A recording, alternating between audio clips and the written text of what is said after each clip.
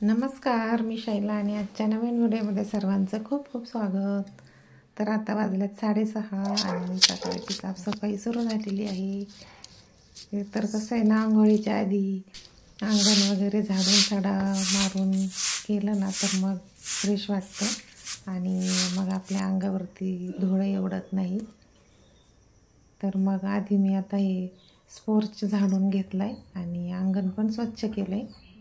तर आजूबाजूला खूप झाडं आहेत ना, तर त्याचा कचरा पाचोळा खूप पडतो आणि मग तो स्वच्छ करावाच लागतो. स्वच्छ केलं की मग छान प्रसन्न वाटतं. झाडून झाल्यानंतर मग मी स्पोर्चमध्ये आणि अंगणामध्ये दोन्हीकडेही पाणी मारून अगदी स्वच्छ करून घेतलं आहे.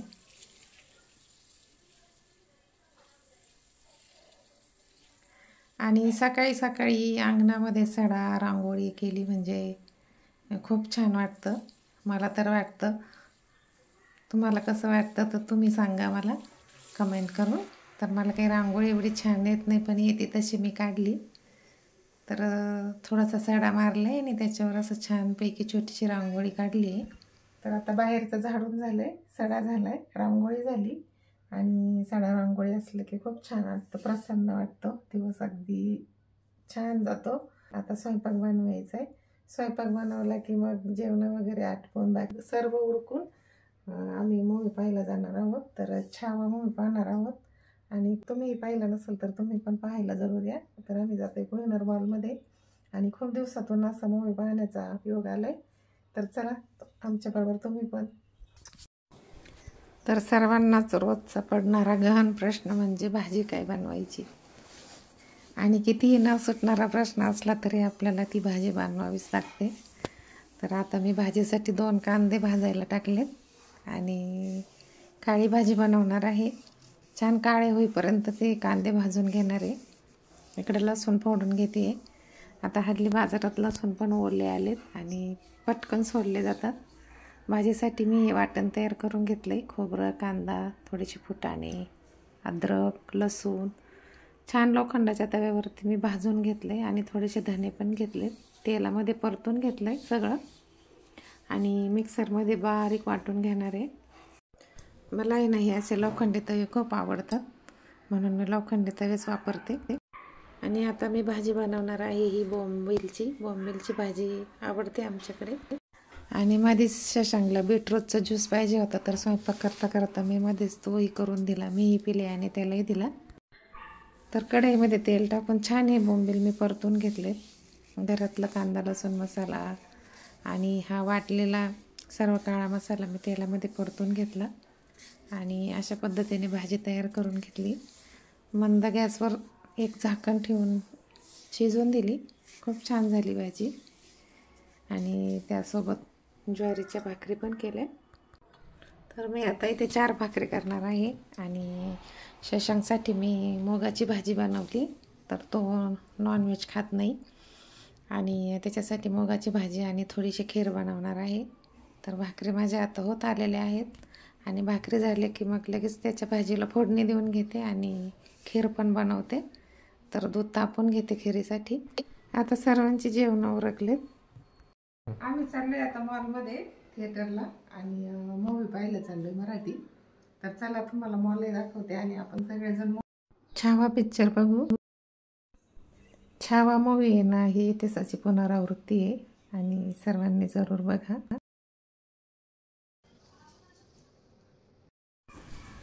गाडी पार्किंगमध्ये पार्क केली आणि आता आम्ही चाललोय लिफ्टमध्ये. तर लिफ्ट यायला उशीर आहे अजून, तर थोडा वेळ थांबलोय. लिफ्ट येऊपर्यंत वाट बघतोय आणि बघा लिफ्ट पण आली. तिकीट आम्ही ऑनलाईनच काढले होते, परंतु इथं तिकीट चेक करत होते आणि ते झाल्यानंतर मग आम्ही तिघही आलेलो आहोत पिक्चर पाहायला, शशांक भूषणचे पप्पा आणि मी. तर आता आम्हाला इथून आज जायला सांगितलंय.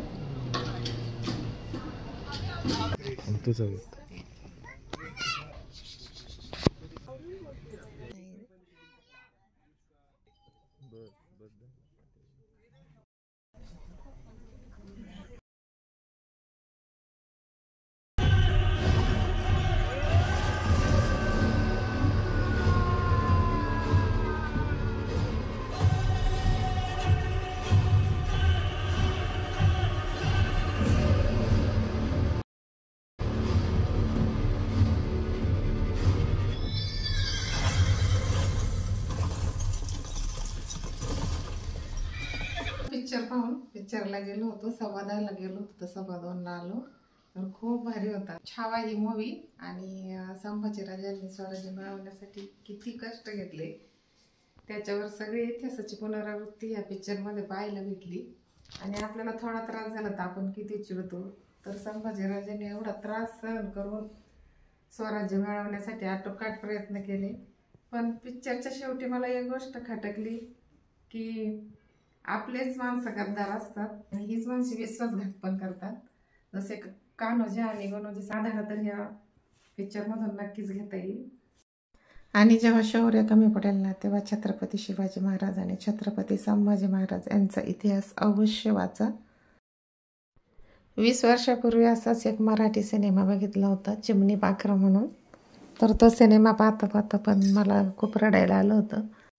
त्याच्यानंतर हा छावा पिक्चर पाहिला आणि 20 वर्षानंतर परत मला हा पिक्चर पाहता पाहता रडू आलं. येताना एक कलिंगड आणलं, कट केलं, छान मस्त लाल निघलं होतं, गोड पण होतं आणि तिघांनी आम्ही ते खाल्लं. आजचा व्हिडिओ पूर्ण पाहिल्याबद्दल सर्वांचे खूप खूप धन्यवाद. व्हिडिओ आवडला असेल तर व्हिडिओला एक लाईक आणि सबस्क्राईब नक्की करा. भेटू असेच उद्याच्या येणाऱ्या एका नवीन व्हिडिओमध्ये. तोपर्यंत बाय बाय, धन्यवाद.